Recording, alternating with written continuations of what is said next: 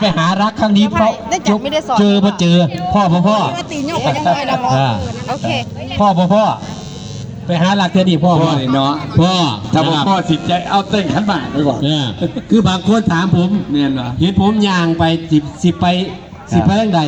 เอารถยังมาหรือเปล่ารถพ่อผมพ่อขั้นใดไปขั้นนั่นนะ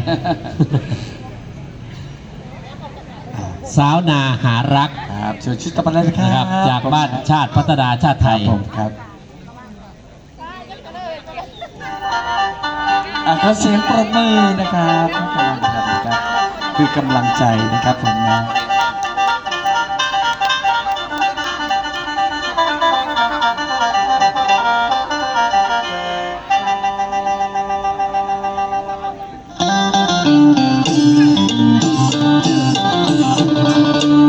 ไทยว่าอีสานเศร้าอย่าเพิ่งว่าสิจูงแขนมันมาเบิ่งเสียงพิ้นเสียงแค้นอยู่ตุ๊กมันสิสาวในประเดี๋ยวพี่น้อง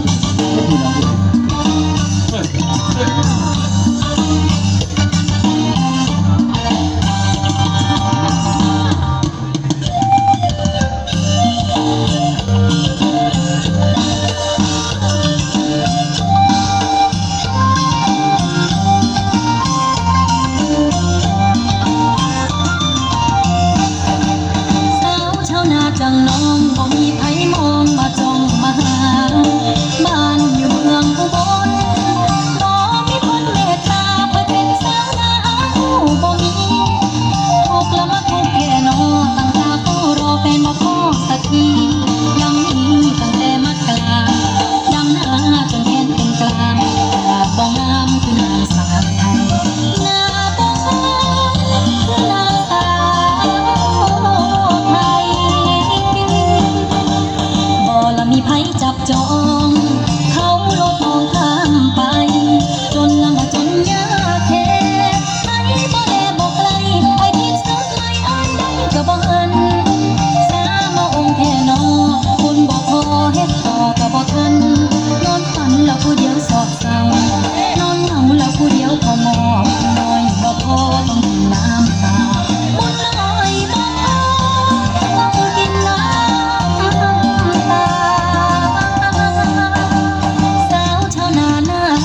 เหมือนเป็นกำจองพา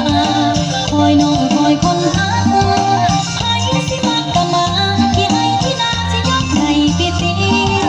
ให้สนใจน้องสาวอย่ามัวหูเมาให้เฝ้ามาพูดคันมีก็เชิญเลยโหลดตาสนใจก็เชิญมาโหลดเจ้า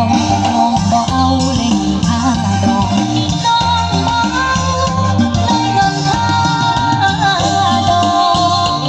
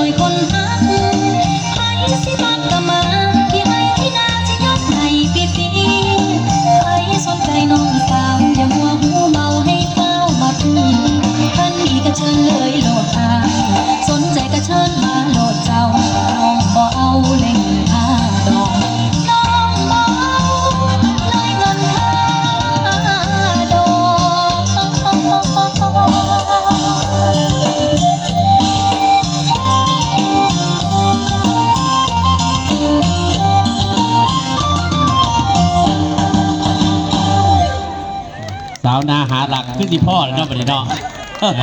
พ่อแล้วก็สิได้ขันหมากมาได้บัดนี้กับชุดต่อไปเลย กับชุดต่อไปขอประชาสัมพันธ์นะครับพรุ่งนี้การแสดงจากเทศบาล